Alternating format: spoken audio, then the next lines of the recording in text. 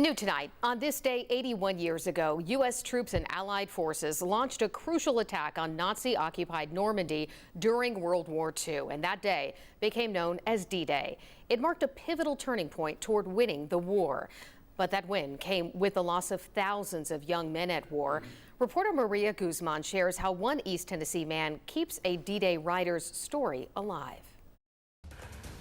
I'd like to introduce everyone to Don Whitehead. He was America's World War II writer. You know, if there'd been no press, anything can happen. Documenting the heroism, grief, and sacrifice of war. I remember the youth with one leg blown off who whimpered, "Please, for God's sake, get me back to a ship."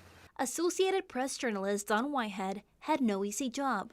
Cover World War II from the thick of the combat zone. The news from these correspondents was crucial to understanding what was going on.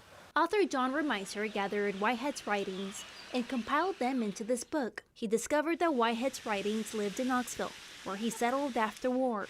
Well, there's that. A former UT professor, John led several trips to the beaches of Normandy, where Whitehead once wrote from. Are the graves of about 9,000 who perished during the Normandy campaign.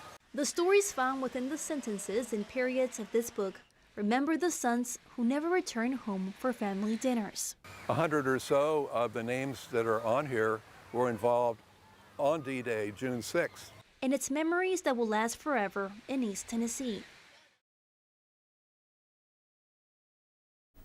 That was Maria Guzman reporting. Don Whitehead's journalistic collection is housed at the University of Tennessee.